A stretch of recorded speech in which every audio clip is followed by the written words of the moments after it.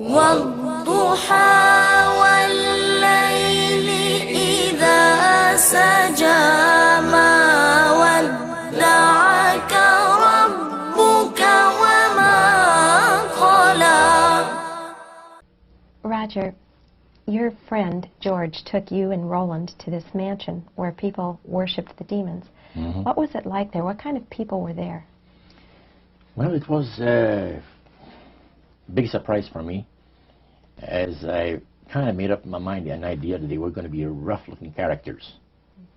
But as we entered the place, I was amazed to see that they were all very well-dressed, well-mannered, and that a lot of the people, as we were being introduced to people, were professionals, doctors, attorneys, a lot of business people.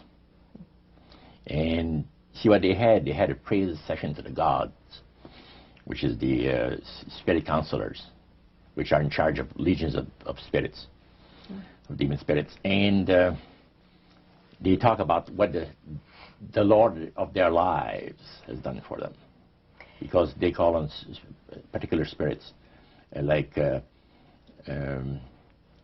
god Nehushtan, which you read in 2 King about. The Israelites worshipped the golden serpent that Moses had made. Mm-hmm. Well, behind the spirit worship, behind that, they were worshipping the serpent. They were actually worshipping this spirit Nehushtan.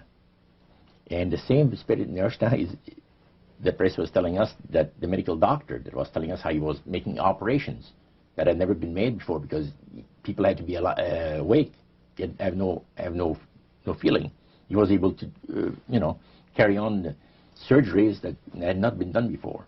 Mm-hmm. But the spirits would give that capacity to be able to operate without people feeling any pain and things. And also without no problem with the blood, because as he would cut his incision, because incisions, everything open and with no blood running.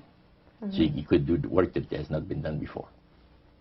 So. Now, I recall reading in your book that at this praise worship service they had, they would sing hymns. Why would they sing hymns in a demon worship? Yeah, this was kind of a big surprise to me when that took place.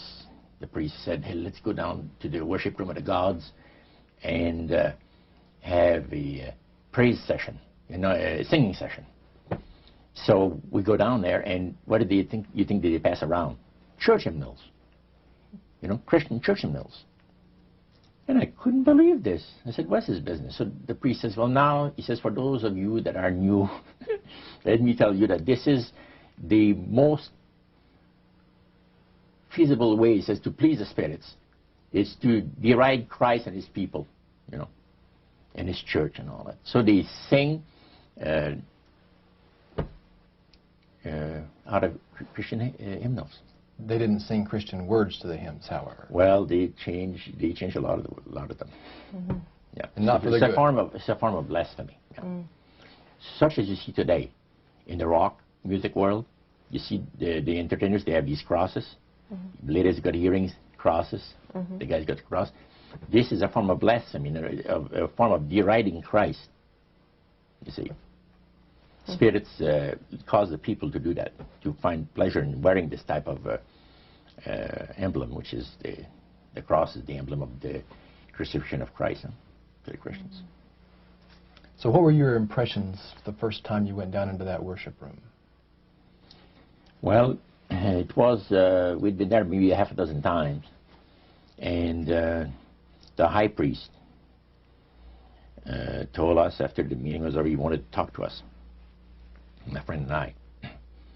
So after most people had left, he says,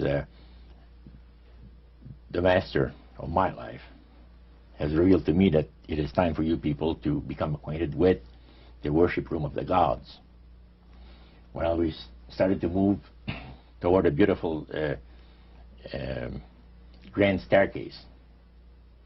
Beautiful. The banister was huge. It was massive, and the wrought iron work that they had done in it was super.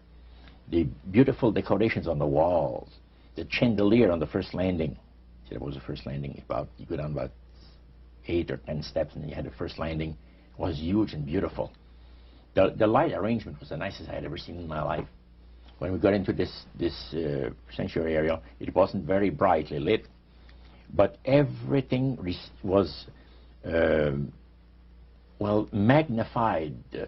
The beauty of certain things, you know, like a lot of the things were gold plated or gold trims.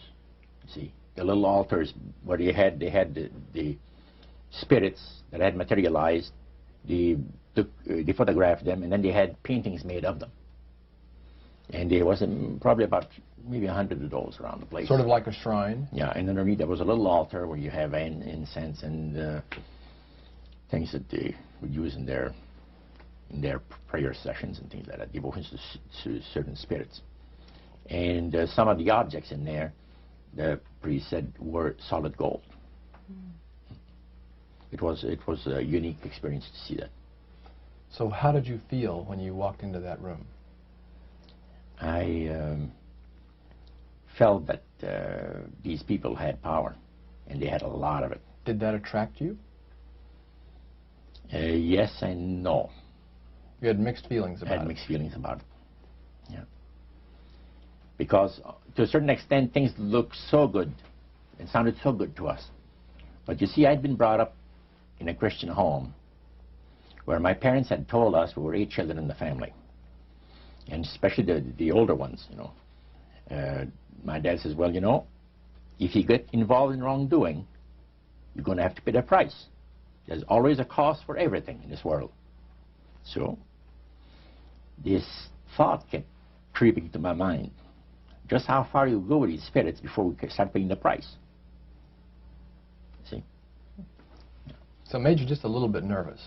Oh, yes. But yet you kept going back. Oh, there was no way out. Because that's what we're told. You knew at that time. Yeah. So you were moving forward more on fear. More on fear, yes. Because the high priest said that the master had special plans for us in our lives. And that no one ever went into this society unless they were invited by the spirits. See, so that was made very clear.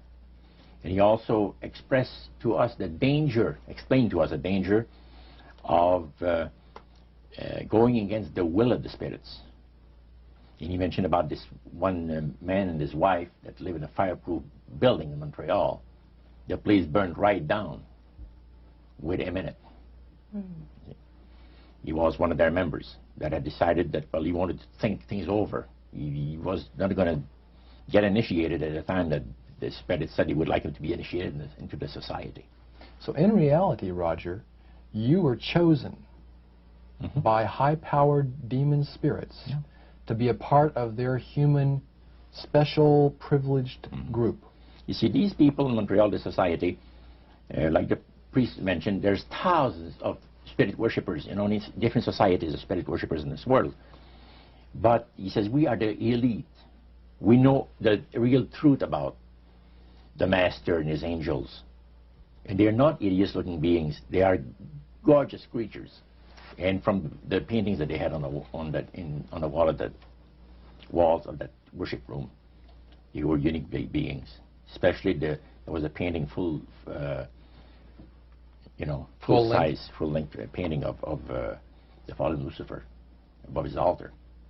And that was very fascinating, because he looked like a man of great intellect, high forehead, the way that he looked with his eyes, the way he had the eyes looking. It gave you a depth of perception of somebody that is very, very knowledgeable and powerful. Powerful, yeah. So Roger, this high priest that you talked about, he is the one that ushered you down into the worship room. Was he also the one that led out in the praise sessions that you talked about?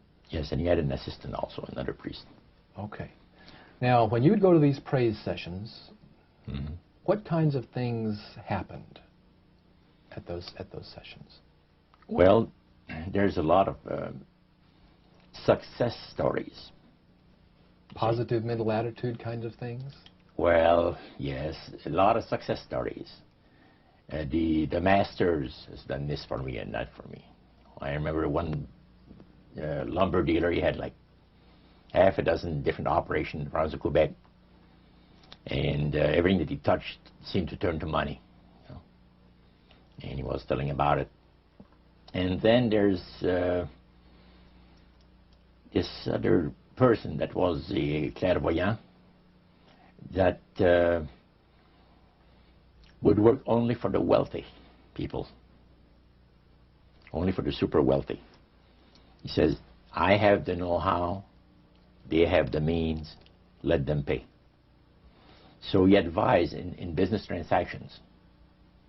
They would come to him and say, listen, I look at this deal that I might get, you know, this factory or whatever it is, like, because this person was interested in industrial real estate, see. And he would talk to the spirit, and then the spirit was audible to him. See, you could hear the spirit talk to him, but the man did not hear. So the spirit was telling the clairvoyant what, well, he called himself an astrologer, reading the moons and the stars, and, you know. Now, what was the term you used for his title, this man? Clairvoyant. Clairvoyant. Oh, clairvoyant. Clairvoyant. Okay. Yes, and it was interesting. This person stood up and says, I had a nice little experience last week. And he says, the master, he says, they take care of you.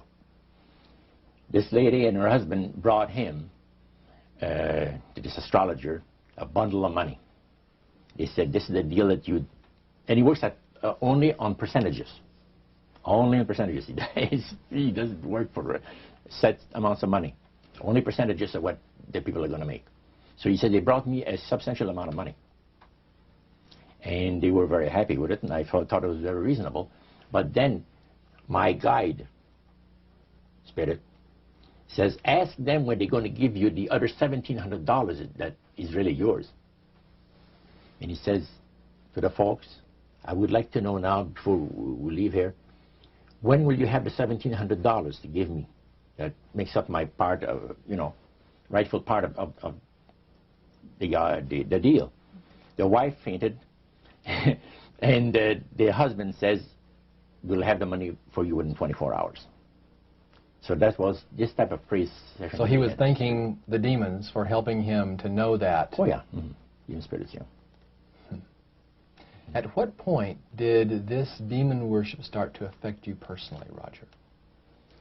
Well, it wasn't too long that the priest mentioned to us that the time had arrived for us to start trusting the spirits and give the spirits a chance to work for us. And there was a number of gifts that you could choose from, you see. And I used to play the horses, some. Not knowledgeable at all. I used to go to those bookies, you know, play the horse every so often. But I said, hey, I would like to be able to, for the spirit to instruct me on the numbers and the name of the horses that's going to win, you know, at Belmont or some other racetracks like that, make myself a little money. So the priest says, it'll be given you. And sure enough, one night whether I fell into a trance or dreamed the thing, I don't know exactly what happened, but I saw 3 races that were really going to pay big. And these horses were dummies, so to speak. You know what I mean? They were not really good horses. They were like one horse paid 21 to 1 because he was that poor, right? The chance of winning was so poor that they paid 21 to 1 on him. And it showed me I saw the board at the bookie and the number on it. And I went there, and they said it was going to be on Saturday. That was like on Wednesday. A few days later, it was Saturday. I went there, and sure enough, there they were on the boards. I went to the wicket and handed some money and got myself a winner. Now I said, well, I'm a little crazy. I ought to put more money on there, so I put $20 onto the next horse, and that paid 21 to 1.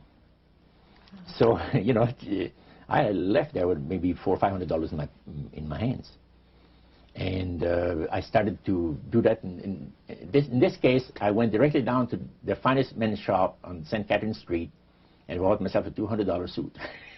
And in 1946, a $200 suit was...